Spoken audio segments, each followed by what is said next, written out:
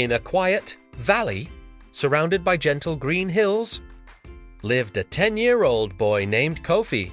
He was kind and thoughtful, but so quiet that he was often overlooked. He wasn't the strongest or the loudest boy in the village, but he was the kind who would help his mother carry water, share his food, and smile at people who rarely smiled back. Kofi's most treasured possession was an old wooden lantern, a gift from his grandfather. It held a small, soft flame. His grandfather always told him, "Kofi, you don't need to shine like the sun. You only need to shine like yourself. One small light can chase away a lot of darkness."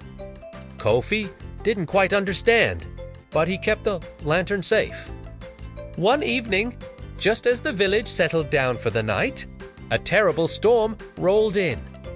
The wind roared, lightning tore across the sky, and rain pounded the rooftops. Suddenly, with a deafening crack, a massive tree fell onto the electricity poles, snapping the wires. In un instant, the complete darkness. There were no lights, no lamps, and all the firewood was soaked.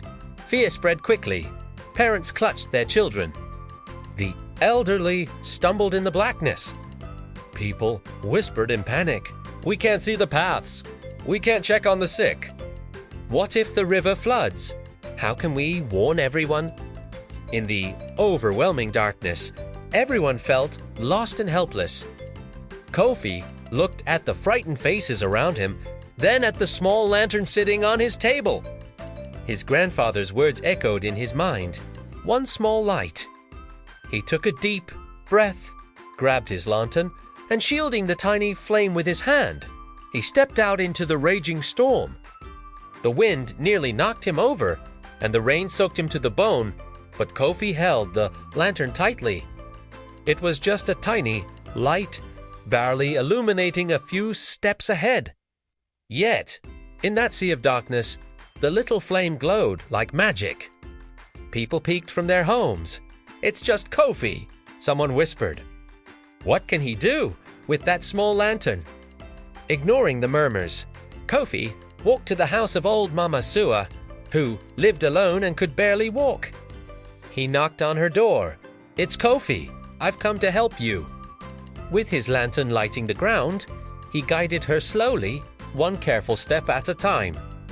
Seeing this, a few neighbors stepped outside. "Let's follow him," one said. Another added, "He's going toward the next village. They have tools and lamps. It's safer if we walk together." Soon, 5 people were following Kofi, then 10, then whole families. Before long, half the village trailed behind him. Children clung to their parents, their eyes fixed on the little flame that cut through the night. The path to the next village was a treacherous mess of mud, slippery rocks, and fallen branches. Without light, it would have been impossible to cross. Kofi held the lantern high, shielding the flame every time the wind tried to blow it out. His feet ached, and his arms grew tired. There were moments he wanted to stop, but each time he looked back and saw hundreds of footsteps following his one little light. He found the strength to push forward. They crossed a broken bridge on a narrow plank, navigated a flooded field, and climbed a slippery hill. All the while, Kofi whispered to the crowd, "Just stay with me. I will not let the light go out." By the time the first houses of the neighboring village came into view, many people tasnofhomfir, banrif. When the neighboring villagers heard what had happened, they rushed to help. They brought dry firewood, new poles to fix the power lines, strong lamps, tools, warm blankets, and food. Skilled men who knew how to rebuild after storms joined them. And once again, it was Kofi's small lantern that guided everyone back to his village. After hours of working together through the night, the power lines were restored. Lights flickered back on, homes began to glow, and children cheered. The darkness was finally gone. The next morning, the village chief called everyone together. He stood Kofi in front of the crowd and said, Last night, fear covered this village like a blanket.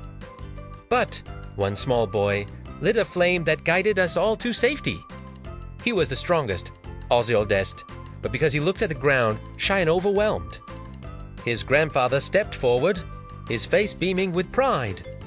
"Kofi," he said softly, "you carried the lantern. But, more importantly, you carried the light inside you." The villagers erupted in applause. Some cried, others hugged him. From that day on, whenever a storm brewed, people would say, "Don't be afraid. Remember, Kofi, even the smallest light can lead the way." This story teaches us that you don't need to be the strongest to make a difference. A little bit of courage can brighten a whole community. Your light doesn't have to be big, it just has to shine. True leadership begins the moment you decide to take that first brave step. And your gift, no matter how small it seems, can be the very thing that rescues others. Thank you for watching. If this story moved you, please like, share, and subscribe for more content that inspires.